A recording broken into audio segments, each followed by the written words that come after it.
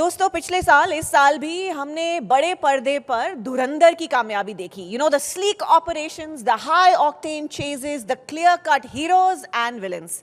पर आज कुछ बदलने वाला है. Because we're going to step out of that cinema hall and into the corridors where these stories are actually born. The real deal. We have the ultimate men in the shadows. एक तरफ वो जिन्होंने भारतीय intelligence की दिशा तय की है. दोस्तों जोरदार स्वागत करिए former Raw Chief A.S.Dulat साहब. Please join us onto the stage, sir. Please join us on the stage. और दोस्तों ये काफी स्पेशल बात है, बहुत स्पेशल बात है कि सरहद के उस पार से joining us virtually former ISI Chief Lieutenant General Asad Durrami sahab. A very warm welcome to him as well. और ये काफी पेचीदा बातचीत है, so we could only think of one person who could lead it, and that is of course Dr. Shashi Tharoor. Please welcome him with a round of applause. And he is of course someone who understands the nuance of every word spoken between nations. So fascinating conversation. Dulat Sahab, I think he can see you even from your seat right here. Aaiye baithe. And wonderful to see you all here. This is an amazing opportunity to have a dialogue with two former spy masters, ours and theirs, as the saying goes. We have A.S.Dulat and General Asad Durrani. They're basically born 7-8 months apart in undivided India. They went on to become heads of their own country's national intelligence organizations. And some of you may know they actually wrote a book together called Spy Chronicles, RNAW and ISI, The Illusion of Peace, which of course I think got Durrani Sahab into more trouble in his country than Dulat Sahab got into trouble in ours, because he was not allowed to leave Pakistan, etc., and was prosecuted. But anyway, they're both together here now to talk to us. And I think I want to ask them both the same question to begin the conversation. And that is, you know, the subtitle of the show is Locked in a Deadly Embrace or something. And my question is, the narrative from the Indian side over the last quarter of a century at least, and you could go right back to 1989, 1990, when the phenomenon of terrorism started hitting us. The narrative from the India side is, we are the country that sees the merit in having peace with Pakistan. We are focused on our development, on our growth. We don't want to waste our attention, our resources on an unproductive and futile conflict with those guys. Therefore, as far as we are concerned, we want peace. But every time we sincerely make an effort for peace, we find on the other side either a partner unready for peace or unwilling and unable to prevent those who want to thwart peace. So example after example, we all know the stories. Vajpayee Sahab goes to Lahore in 1999, makes that conciliatory speech from the Lahore minaret. What happens? Kargil follows within a few months. You have the extraordinary years of peace initiative after 2611. The Pakistan foreign minister is in Delhi to sign a liberalized visa agreement, and 2611 happens in Mumbai. 166 Indians and foreigners killed. Modi goes to Nawaz Sharif's birthday and granddaughter's wedding. Much bonhomie, exchange of gifts and so on. What happens within 3 weeks? An attack on India's airbase in Pathankot.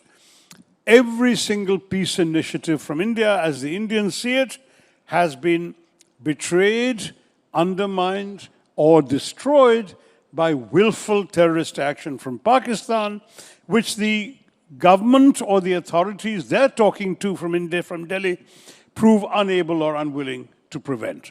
So they say, what's the point talking peace with Pakistan?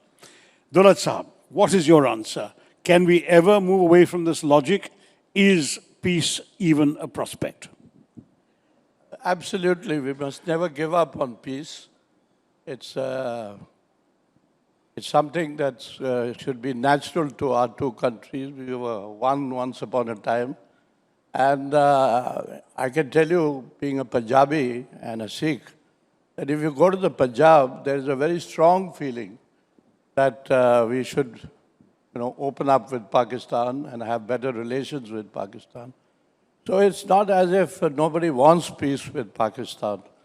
And even if we go to Kashmir, I'm not a Pakistan expert. Let me state that at the outset. But over the years, I've developed friendships with Pakistanis, and General Durrami is a very special case. That's how we two mad guys wrote a book together. It has never happened, and I can assure you it will not happen in the next 1,000 years. But you have not responded to my summary of the narrative as we see it. How would you dispel if you were advising an Indian Prime Minister today who believes exactly what I have told you? How would you tell him why it's worthwhile to talk to Pakistan? I would advise the Prime Minister in the same way that I had advised a Prime Minister that I had the privilege to serve with for 5.5 years, which was Prime Minister Vajpayee. 2 years in the RNAW and 3.5 in his PMO. And he himself believed, I didn't have to tell him anything because I couldn't, he was too big. But he himself believed that this permanent confrontation with Pakistan had to end. And he did his very best. As you know, he took that bus to Lahore. Kargil happened. And despite Kargil, we invited the general to Agra. Unfortunately, the summit failed. Yep. And I can tell you that Vajpayee came back very disappointed from Agra because he was hoping that something would come about in Agra. But unfortunately, it didn't happen. And because of that, we wasted 3 years. And then what does Vajpayee do? He goes to Srinagar. The last time that I can think of a Prime Minister going to Srinagar and making a political speech, this was April 2003. He goes to Srinagar and he tells the Kashmiris there in a public meeting that I have stretched out my hand for friendship twice with Pakistan and twice Pakistan has let me down. But I'm going to do it again. I'm going to do it 1/3 time. And he did it. He went for the SAARC summit in January 2004. He went to Islamabad. And that was a very successful visit. Yeah. And but unfortunately, Vajpayee came back and lost the election, and that was the end of Vajpayee. But the story Manmohan Singh doesn't continued the story. That's what I'm saying. Dr. Manmohan Singh was even more committed to peace with Pakistan. That's right. And he tried his best. But somehow the best was not good enough. No, if you that's ask not true. me... It was good enough from our side. It wasn't No, for it was them. not good enough from our side. Let me say this, that there was a huge window of opportunity in 2007. And I think we missed out on that. Because Musharraf, and let me say this very clearly, that no other Pakistani leader was as reasonable as Musharraf was, despite Kargil or in spite of Kargil. He said not once but repeatedly that whatever was acceptable to Kashmir and Kashmiris would be acceptable to Pakistan. Now this is a big thing for a Pakistani leader or Prime Minister or President to say. And he said this. And he was waiting for Dr. Manmohan Singh. I can tell you that what we call the Hurriyat, the separatist leaders, their last visit to Pakistan was in February 2007. And when they came back from Pakistan, the message they came with was that Musharraf wants peace. He's ready for peace. And not only the separatists, I remember Umar Abdullah making 2 visits to Pakistan. And he came back and especially had lunch with me and said, I don't know what we are waiting for because Musharraf is very keen on peace. I said, you should go and tell the Prime Minister. He said, I've told the Prime Minister. And every time I met the Prime Minister, I got the same impression that Dr. Manmohan Singh was very keen. He was. He was. And as you know, while demitting office, he said it was almost done. And let me just add to that, you know, his envoy to Pakistan, Sati Lamba, wrote a book. Yeah. And at the launch of that book, which was released posthumously, there were about half a dozen diplomats who had served in Pakistan. And without exception, all of them said, we need to engage with Pakistan. So there is the answer. Okay, so that was my view as well, but I'm not sure that I can persuade anybody else. Let me turn to General Durrani. He's been listening patiently to us from Pakistan. Durrani Sahab, could you please react to the same narrative that I began this conversation with? In other words, what would you as a Pakistani say to a skeptical Indian leader who says, how can I talk peace with Pakistan when you are unable or unwilling to control the terrorists who can destroy that peace? What would your answer be, sir? I will not react to this question. I will not suggest anyone come up with a narrative so that I can present a counter narrative, because that never finishes. But what I can actually agree with is, it's not easy within the two countries to make things. And that is where Mr. Dulat has already set the stage correctly.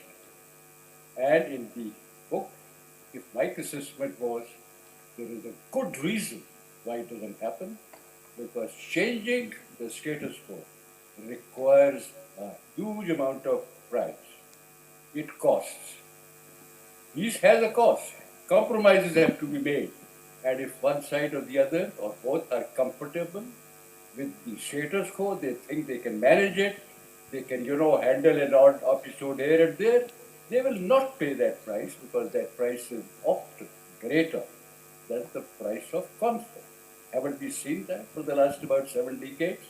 Every time something happens, we can manage it. We can fight, we can cover. But on the whole, if someone were to say, but these are the conditions for peace, now let me ask actually you and the audience, is there anyone in India who is prepared to make that type of a compromise that would bring about the peace?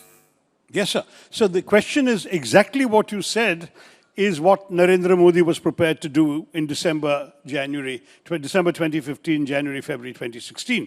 You may remember, he had a kind of Nixon in China moment where the most hawkish party that was against Manmohan Singh going to Pakistan, when the prime minister of that party went to Pakistan. But what happened? You rewarded him with an attack on an Indian airbase, and he still followed it by calling Nawaz Sharif and saying, why don't you join the investigation, which is exactly what you're implying. Why don't we deal with the problem together? So in other words, his assumption was, since he could not believe that Nawaz Sharif would have connived in this attack, he said, surely Nawaz is on my side in solving this problem. Let's work together to figure out who did this and act against them. That is the way we would solve a problem together. Now, if you're telling me, sir, that that is the way forward, tell me, what would you say to Narendra Modi after he has been betrayed when he allowed Pakistani ISI to come into an Indian airbase, and they went back and said in the Pakistani media, oh, the Indians have done it to themselves. Why would any Indian leader trust this method that you're suggesting? Again, we are drifting in that direction where Mr. Modi will say one thing and I'll talk about Pulwama and all. It is not the way good for. A couple of suggestions that were made were, regardless of your position, find out that common minimum denominator and start from there, build up the big edifice based on that. It may be a little chat here and there, a trading one. Bus was once run and it was doing fine. Find out why it was stopped. And that is where I say the people, especially in case of India, if the price of conflict is more affordable, then we can do it. Small country, bigger stake, not quite satisfied with the status quo. So that type of a price he will not pay. In fact, what Modi has done us a great favor by upsetting the capital cards. He has moved that level of status quo to another level, which is becoming unmanageable. One can see what happens in Kashmir. And every time these things happen in Kashmir, people on this side may find a reason to rejoice. That actually it is proving time and again that regardless of what India would do, especially with this muscular policy of Modi Sahab, things backfire, movement comes back again. My colleague, my friend, my comrade in arms, Mr. Dulat has always said, whenever we act like this, Pakistan is back in the game. So that is the reason why we would say it's much better to be back in the game than be outside the game. Except for one thing, that is that we do feel for the people of Kashmir more than I suppose the Indians do, and that is why whenever there is a problem in which there is discomfort, there is a problem, there is a reason for us to get upset and find out, leave aside the solution, at least the management part can proceed so that the people are in a position where they can get on with a particular arrangement which may be between them and the Kashmiris or on our side it will work. No one has to then after that actually intervene because the people involved are then getting into the act without prejudice to any country's position. If that does not make any headway, then I can also talk about other examples which we made, but that is not going to help. What is absolutely going to help in this matter is that if you think that at this particular moment there is that small little movement that can set us going, with so much turmoil all over, it might, one day bring about that result that you people are hoping for, Mr. Dulat, and we, of course, are desperate.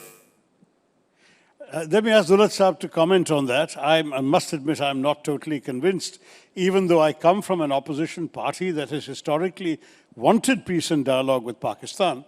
I can see, I'm afraid, the merit in those who say, how can we possibly talk to these people when this keeps happening to us? Unless there is a concrete assurance that the authorities in Pakistan, by which you have to be both the civilian and the military, are genuinely decided that terrorism is not a permissible option and they will work with us to prevent terrorism against us. Until there is such an assurance, how can any responsible Indian leader accept that there is a basis, a viable basis for dialogue with Pakistan? As I explained earlier, Prime Minister Vajpayee and forget Prime Minister Vajpayee. Tell me about Prime Minister Modi today. Yeah, we've got all these intervening years of history. Yeah, the problem today is politics. That is why we can't move forward with Pakistan. Let me put it bluntly. No, but the problem has got all these intervening incidents but let me since Vajpayee Saab's time. Let me come to Kashmir, because I know Kashmir a little better than Pakistan. Okay. I've been watching it for 40 years. Now we did away with Article 370. There was the abrogation, and that happened in 2019. So it's almost 7 years now. And we keep saying that Kashmir is normal. There's normalcy in Kashmir. But what kind of normalcy do you have in Kashmir when every 100 yards in Srinagar you need a policeman? But why is that possible? Why is that necessary? Because you had I agree, it's because of Pakistan. But the point is, why don't we consider and listen to what the Kashmiri leaders have to say? Dr. Farooq Abdullah, by far the tallest leader in Kashmir, has said emphatically over and over again that terror will not go away unless we engage with Pakistan. So the point is, what we have been saying, and you are right, sir, that terror and talks can't go together. So let us talk about terror. What is the problem in talking about terror or engaging on terror? Or what is the problem in just talking to your neighbor? We don't talk. There's no conversation taking place today. Dulat Saab, I have even written an op-ed in the Indian Express. I saw that. Saying we should that's talk. what's encouraging me now. I believe that not talking is not a policy, but I can understand why we're not talking. What I am looking for... We are not talking, sir, because of politics. Yeah, but I'm looking for something from the Pakistani side, and I'm not getting it yet from General Durrami, something that will encourage me to talk. In other words, General Durrani Sahab, you've heard what General Dulat has said. There are people in India who want to talk, but what can you give us to make us feel that we can reconcile, we can change our mind about not talking? Can you give us some public assurance that Pakistan is against terrorism against India? We have a perception that Pakistan is only hostile to terrorism when it is attacking Pakistan. But when terrorism attacks India or Afghanistan, Pakistan is cool with it, that Pakistanis are often sponsoring it, financing it, encouraging it. Now, you need to give us something. You've got, for example, mountains of evidence against the people who planned 26/11/2008. Not one person has been convicted or punished of anything in Pakistan. Not one headquarters of Jaish-e-Mohammed or Lashkar-e-Toiba has been legally shut down, proscribed, their leaders arrested. Can you show us some tangible indication that convinces me as an Indian that I should talk to Pakistan? General Durrami. Again, wrong place, wrong step to take. Once one is sincere about talking, there are so many ways on the back channel, on the secret channels that keep the dialogue going. These arguments of one has to make, then of course you will find a counter argument. But every time on everything, if you think tons of evidence, I can produce a very thick book written by a German, a Jew to Jew. It's such a thick book that it will hurt you if it falls on your book. And it is all about Mumbai. It's all about deficiencies in the case. It's all about actually what people in technical terms call the false dialogue. Satya Malik came up and said he was telling people that this is happening, and they said, let it run. Hum Pakistan ko blame karte. Come on. This is not the way to go about these things. If you're going to talk about, one story or the other and not get on with that particular point that both of us recommended in the book, Kashmir instead of a point of conflict can become a bridge between the two countries if you use a little bit of sense, not talk about conditions, not about what the others would say. That will come in the meantime. Something quid pro quo would take place, and one will come to a particular point. One would say, well, it seems that right now, at least the Kashmiris can link with it, and the Pakistanis and the Indians will also come galloping up. Now, this is the way to go make peace, not by, asking the others, now, आपने क्या कर लेंगे, आपने क्या करना है, कुछ भी नहीं करना. We will find out at the end. Ultimately, once the peace takes place, both of them would have to give up some of it. Otherwise, there would be none. Fair enough. All right. So we have to give up something. They also have to give up something. One of the questions that comes to mind is, at bottom, India is a status quo power. We are happy more or less with the way things are, though we claim officially POK. At bottom, the perception is no one in India is going to stir to do anything about it, provided we are left alone on our side of the LOC. Pakistan, on the other hand, is not a status quo power. It's a revisionist power. It wants something it doesn't have. It wants control of the Kashmir Valley. Now, the question is, when the two starting positions are so fundamentally irreconcilable, what do we talk about, Dulat Sahab? No. There's no question of Pakistan taking over the valley or wanting the valley. I think that's a dream that's long been lost. You can ask General Saab that. And I can take you back to 2001 when, when 9/11 happened. And Bush read the Riot Act to Musharraf, that either you're with us or you're against us kind of thing. If you're not joining the war against terror, then you're not with us. And the Kashmiri reaction was that if these guys can't look after themselves, how the hell are they going to look after us? They're good for nothing. So Kashmir has gone out, Pakistan has gone out of the Kashmiri mind. Yeah. But we keep bringing it back because we do nothing in Kashmir. We don't want to. Now I give you another example. 2019 happened. The abrogation happened. I was at a lit fest in Chandigarh, what they used to call the military lit fest. I was invited there. I couldn't come. There was Ram Madhav sitting next to me. Ji. And Ram Madhav said, don't worry, we've given an assurance. Statehood will be returned shortly. Now it's 7 years.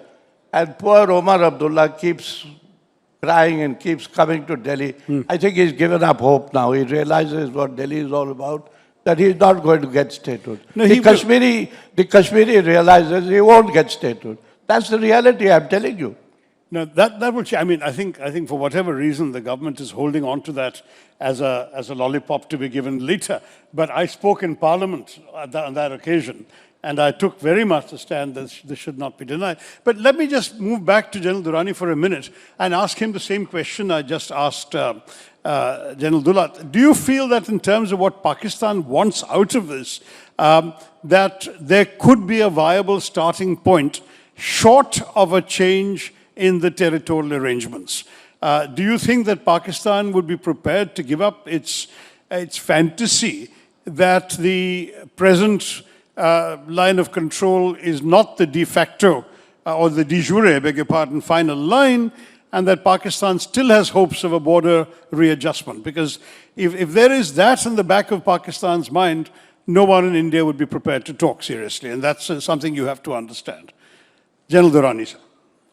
Again, putting the preconditions first and then it's talking about starting. That will not happen. No one here in the right frame of mind will say, well, here it is, we forego this match, let's see if we can talk. You can talk by talking about cricket or weather or whatever else. Don't put any precondition. They will come as the dialogue proceeds. But that is where we made, both of us, and another very important point in that book, that some people are so strictly status quo, not only status quo, strictly status quo, that even if the situation was to improve between the two countries, like it was happening when the bus started, they'll get upset, they get worried. That, good Lord, Kashmir is getting more breathing space, Pakistan, throwing its weight about, finding a little more relaxed. Now, we must nip this evil in the bud. That type of a thing happens. It's practical. You belong to South Bloc, ask them. South Blocs how they think about it. And then you'll find out how difficult it is to actually start a thing right from a premeditated position. It will come, it may happen, it may surprise both of us because things turn out to be much better than we expected, or as gradually probably people will find that this is the way to go. 70 years, a couple of things have been tried, it didn't happen. Try that without those things, try it for another 7 years, you might find there is a difference. Otherwise, you can always go back. What's the big deal? Quite right. Quite right. So let me just phrase this slightly differently. You are aware, sir, because your own former Foreign Minister Kasuri published a very detailed account of it, and as General Dulat said, our own Special Envoy, Mr. Lamba, published an account of it, that the two governments came very close in 2007-8 to an agreement on the way forward.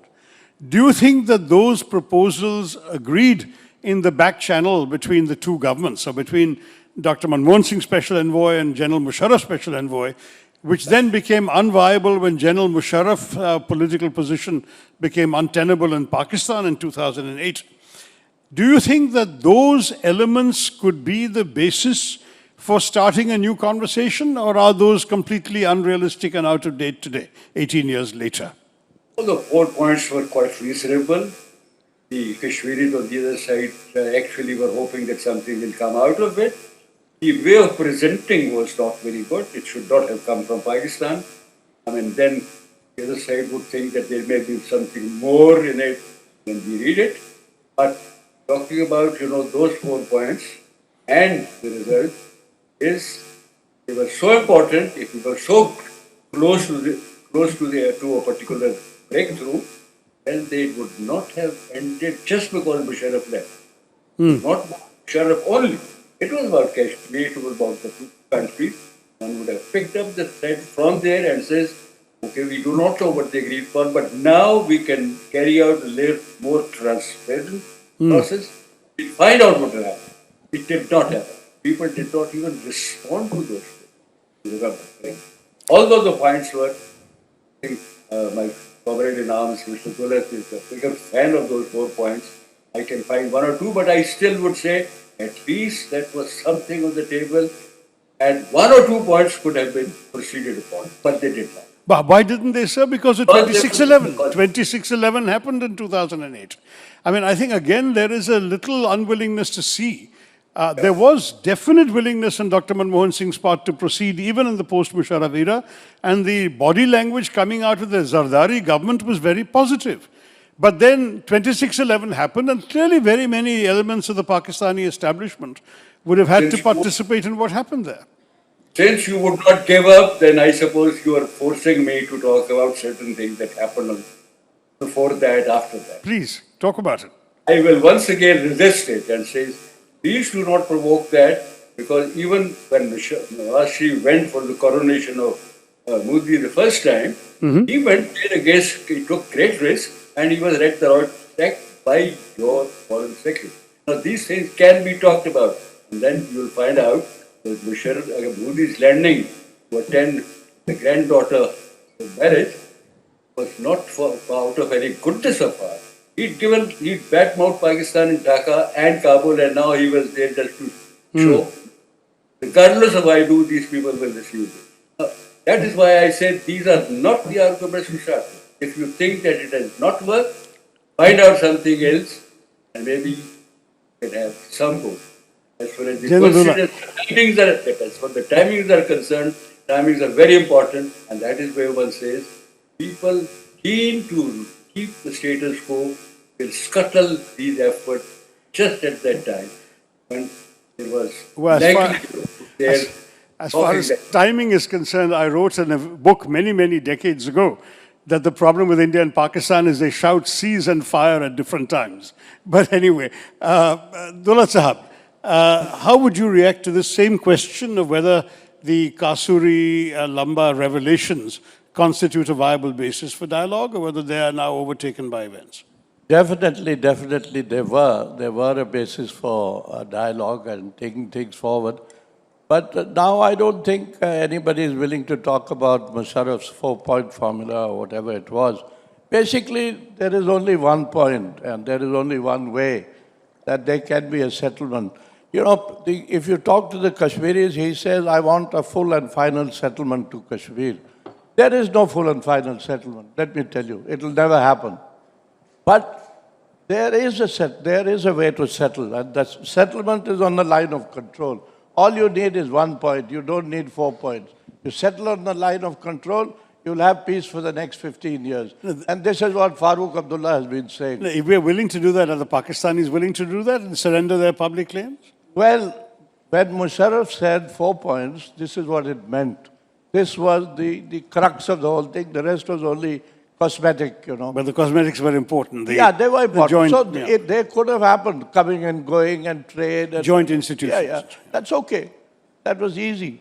But the basic thing is, we can only settle on the line of control. And it can happen, it should happen. Right, so okay, let's not go into these existential issues on which you and I and General Durrami cannot solve it right now. Let me turn a slightly different subject. The two of you wrote a book together. And it raises a very good question, which is, do you think that you spies understand each other better than we politicians do, and that certainly generals do across the borders? Are you perhaps in a better position to resolve our misunderstandings than the politicians are? That's a beautiful question. It's a great question that I would love to answer, because you know, you mentioned 26/11, and a lot of things happened after 26/11. There was a lot of apprehension in the West that these two nuclear-mad countries might go to war and things like that. And that's when the Track 2 started, initiated mostly by the United States and Britain. And to begin with, all and sundry, everybody was invited, and I attended some of those Track 2 meetings. And then the military people said we should have an exclusive Track 2. So there was a military Track 2 between India and Pakistan. And then my friend General Durrami suggested that if there can be a military Track 2, then why not an intelligence Track 2? And the intelligence Track 2 actually brought out the most honest and truthful results. Now, I'm not saying that spooks can solve everything. Spooks are there only to advise at best. The settlements have to be made by people like you, sir, by politicians. But I can make a suggestion to you now, having read your op-ed, this thing in the Express, that if you are prepared to go to Pakistan, I'm willing to accompany you, and let's go and check it out there. let's go and check it. I think we'll have to ask Mr. Modi first whether he'd like that or not. Durrani Sahab, would you like to answer the same semi-irreverent question? Are you spies and intelligence officers better equipped to take understanding forward than perhaps we politicians are, or than generals are in the army? And I'd like to answer this question, but let me also, talk about a later thing first. Someone from RAW is scuttling, sabotaging our present dialogue. And they keep disturbing me by their messages, by interfering with my voice. I hope you're listening me loud and clear. Yes, sir. And ignore them. I'm being distracted by your own organizations, people who work in. But as far as the trust is concerned, the reason is simple. Why people in the spy business or intelligence business, why is it something called quite different? Become more honest and become more trusting, because they cannot afford to tell lies. They were to lie, then of course, the next operation, or that is the CN on the own side, may cause more damage than otherwise it is done. Examples, how the CIA always, comes up with W in written force.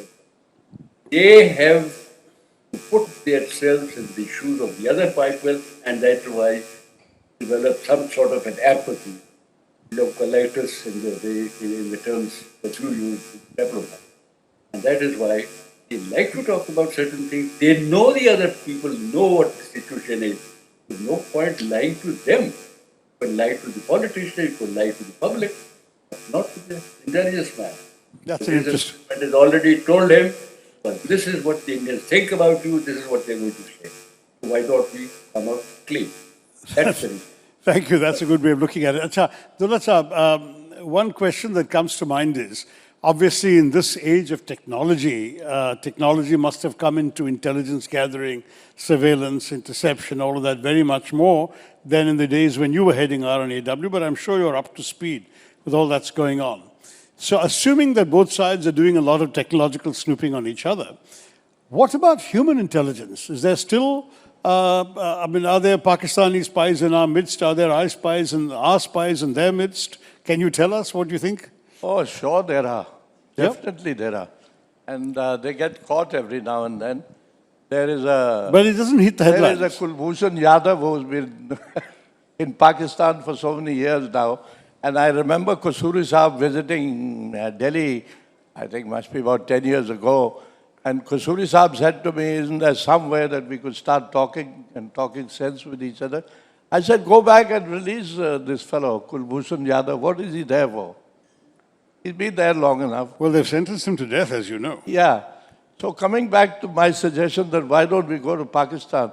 You're the politician. You have to get Modi's permission. And Acha, I'm changing the subject, Dulat Sahab. How do you see the Doval doctrine? And is it different from what has gone on before in terms of the overall intelligence approach to Pakistan?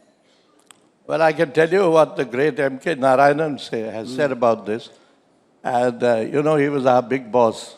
Indeed. And, of course, Ajit was his greater favorite. I was just a hanger-on. But he used to say that if I want to offer a carrot, then I'll send Dulat to Srinagar. And if I want to use the stick, then it'll be Ajit Doval. There you are. But coming back to what But you're both two sides of the same coin. Same coin, yeah. And we've both been good friends. We work together. We think differently, but that's all right. That happens. It happens everywhere all the time. But let me remind you that I was mentioning this spooks dialogue that started. Ajit was a part of that spooks dialogue. Oh, I see. Yeah, for 2 or 3 years, till 2014 came about. And I knew that he was in for bigger things and he would quit. And he left. Rightfully so, because he had to become NSA. But coming back to the doctrines, as you call them, General Saab mentioned Satpal Malik. When I met Satpal Malik, I went up to him and to introduce myself, and I said, I'm so-and-so. He said, Dulat Saab, you're well known. Your doctrine is well known in Srinagar. General Durrani, what is your perception, sitting where you are, of India's security and intelligence approach and doctrine, as it were, towards you, towards Pakistan? The things look so bad that it will be the right time to start. That's one way to look at it. But if we are not likely to get any worse, like the turning point did come last year. This. What about the Malik on your side? Not our Malik, but yours, General Asim Malik. Oh, the other side also. I mean, but did not hide that particular thing. One knows that is the least that one can say or reveal to you is that here people know what people on the other side have said. And after that, the decision seems to be whole thing is proper. And it has reached that stage where either we keep another status quo at another level or try to think of something else. Out of box, can one, start with, etc. etc. So that being the conclusion, especially on your side, I think the time is right to restart something but in different manner. General Sahab, is there a constituency for peace in Pakistan, or has it shrunk in the last decade or so? It's shrinking, no doubt about that. But people are not waiting forever. Like in your case, I'm told that first of all, there were people who were very enthusiastic, and now a couple of people, a couple of names, you can count them on one hand finger. Gee. They still be there. But here again, they were shrinking, and after last 3 years episode, they've shrunk even more. To get their interest back may be more difficult.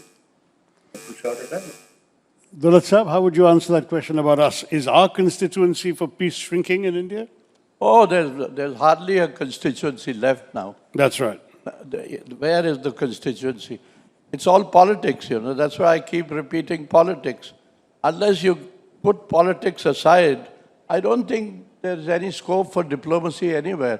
And I think we need to look at that, not only Pakistan. I think we're having problems with Bangladesh now after Sheikh Hasina left.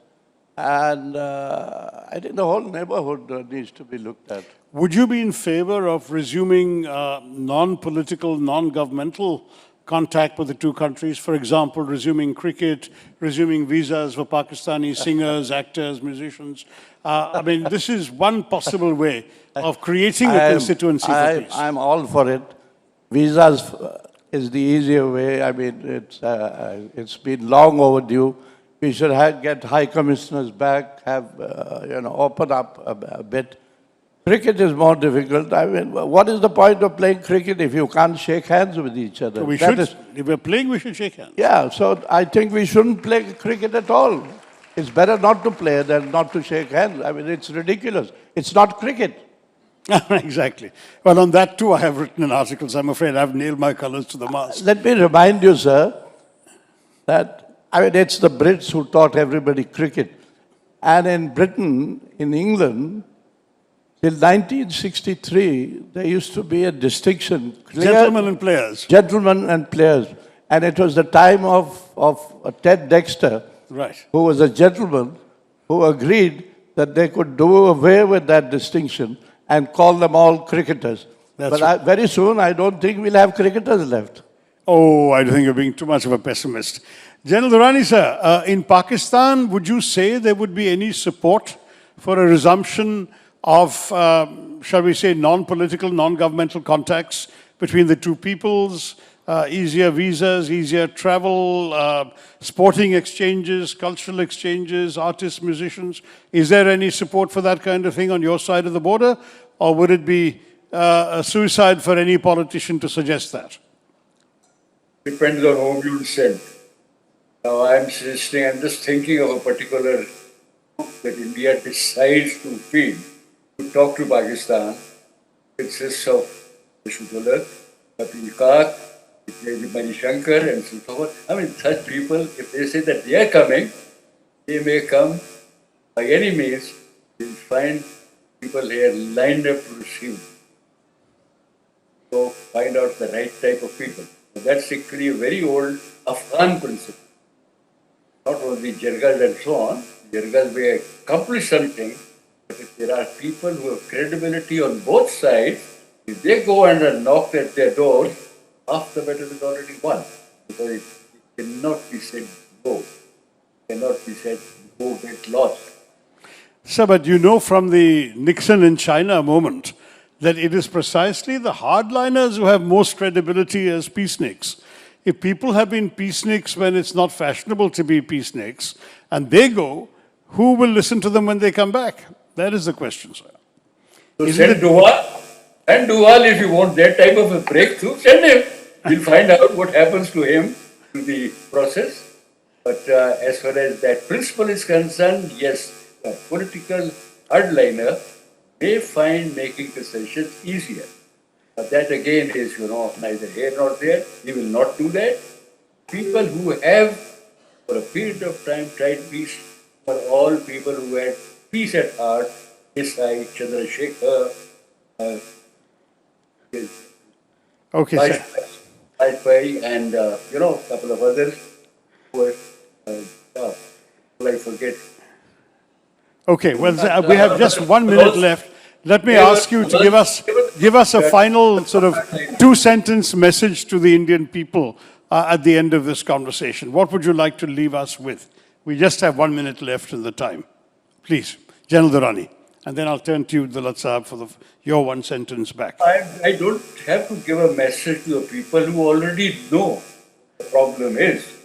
They know that in this equation, the initiative or the onus of trying a breakthrough is of their government.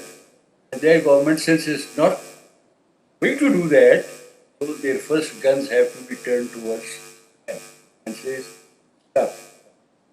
Now that is the message.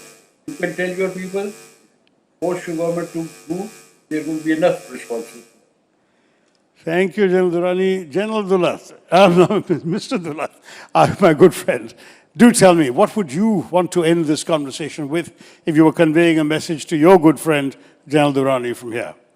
Let me end with a quote from my favorite poet, Aga Shahid Ali, the renowned Kashmiri American And poet. an old friend of mine from our university days. Passed away, sadly. Yeah, it's sad.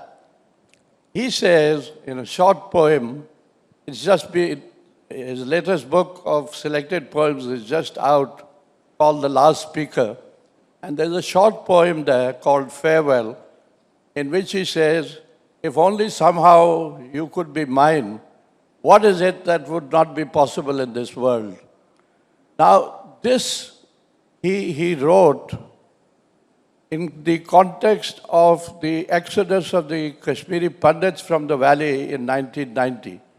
But General Saab will remember that we use this as an epigraph in our own book. And that's how the book starts. I think General Saab has disappeared. But the whole idea of this book that we wrote was to somehow promote peace between the two countries, to make people think that peace is possible. And that's where I would end. And I think peace is possible. I agree with you entirely that I'm not the best guy to go to Pakistan because, I'm regarded as too much of a peacenik. My doctrine won't help. I think, and there is a story to it. I don't know why General Saab is not there. He's aware. No, he's there. He's there. Okay, he's here, but he's still not there. there. Okay, General Saab will remember this story. Once in one of our sessions, the Pakistanis complained that nothing was happening, nothing was moving forward. And it was just when Ajit had just left us. So I said, there is a way forward. And I said, you should invite Ajit Doval to Lahore. And they said, well, that's not a bad idea, but what if he doesn't come? So I said, there's a batchmate of his here, present here. K.M. Singh was there. And I said, K.M. can check up. And K.M. checked up. And Ajit was willing at that time to go to Lahore. Which year was this? It would be 2014. Before or after the election? No, it's a serious question. I don't remember that. But he was very keen, maybe 2015. So Okay. it would be after the election. But he was a big dad then, and he was ready to go to Lahore. And we conveyed the message, and I know General Ahsan from their side said, great, this should be no problem. But it didn't happen. So Pakistan backtracked, I would say. Not that, I mean, it had to be decided at a high level, but Ajit was not invited to Lahore. No, it is one of the tragedies that there's always one side willing to make peace when the other side is not, and vice versa. I'm afraid we'll have to leave it there. Our time is up. Thank you very much, General Asad Durrami. Thank you very much, Mr. A.S.Dulat. And thank you all for listening so patiently. Thank you very much, Dr. Tharoor. Thank you. Always a pleasure, sir. Always a pleasure. Thank you very much. ABP Ananda এগিয়ে থাকে এগিয়ে রাখে।